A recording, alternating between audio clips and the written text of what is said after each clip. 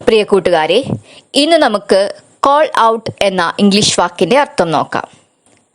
Call out എന്ന വാക്കിൻ്റെ അർത്ഥം വിളിക്കുക, വിളിച്ചു കൂട്ടുക, ശബ്ദിക്കുക.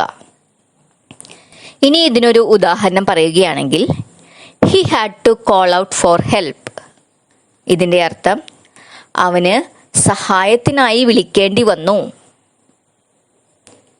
മറ്റൊരു ഉദാഹരണം പറയുകയാണെങ്കിൽ, please call out my name when it's my turn.